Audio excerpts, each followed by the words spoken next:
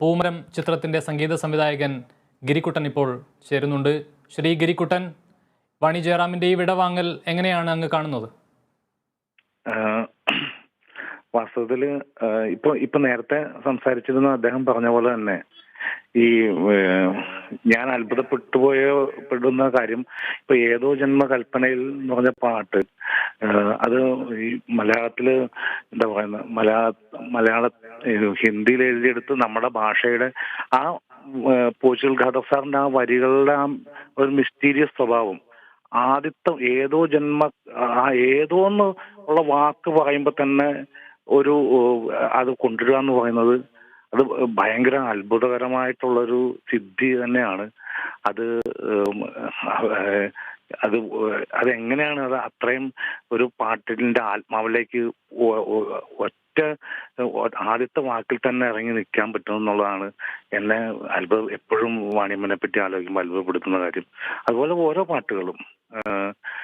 പിന്നെ നമുക്ക് ഈ അവസരത്തിൽ ഒരു കാലത്ത് നമ്മളുടെ എന്താ പറയുക, ഇന്ത്യൻ ജനതയ്ക്ക് ഈ നമ്മുടെ ദൃശ്യമാധ്യമങ്ങളൊന്നും വരാതിരുന്ന ഒരു കാലത്ത് നമ്മുടെ ഇന്ത്യൻ ജനതയുടെ ആസ്വാദനത്തിന്റെ, സംഗീതാസ്വാദനത്തിന്റെ ഈ റേഡിയോ മാത്രമൊക്കെ ഉള്ള ഒരു കാലഘട്ടത്തിൽ ശബ്ദമായിട്ട് അവരുടെ ഇന്ത്യൻ ജനതയുടെ ജീവിതത്തിനൊപ്പം ഒഴുകിയ ഒരു ശബ്ദമാണത്.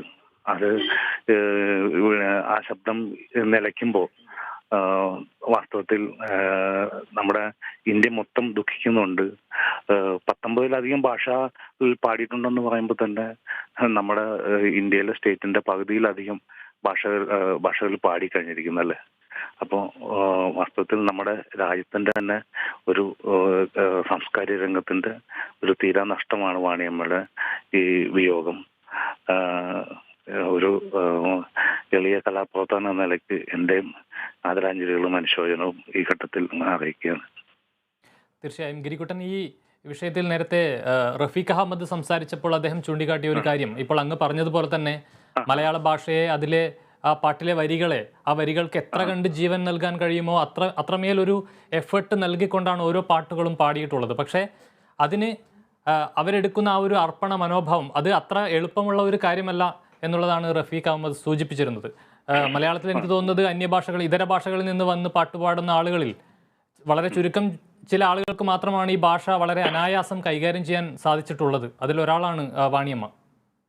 അതെ, അതിൽ ഒരാളാന്നല്ല, ഒരുപക്ഷെ എനിക്ക് തോന്നുന്നത് എങ്ങനെ ആയിരിക്കണം നമ്മളൊരു മാതൃഭാഷ അല്ലാത്തൊരു ലാംഗ്വേജിൽ ചെല്ലുമ്പോഴത്തേക്കും എന്തൊക്കെയാണ് ശ്രദ്ധിക്കേണ്ടത്, എങ്ങനെയാണ് ആ പാട്ടിന്റെ ആത്മാവ് കണ്ടെത്തേണ്ടതെന്നൊക്കെ കാണിച്ചു തന്നൊരു ടെക്സ്റ്റ് ബുക്ക് തന്നെയാണ് വാണിയമ്മ. അതാണ് എനിക്ക് തോന്നിയിട്ടുള്ളത്. വളരെ നന്ദി ശ്രീ ഗിരിക്കുട്ടൻ, ഈ അവസരത്തിൽ കേരള വിഷനൊപ്പം ചേർന്നതിന്.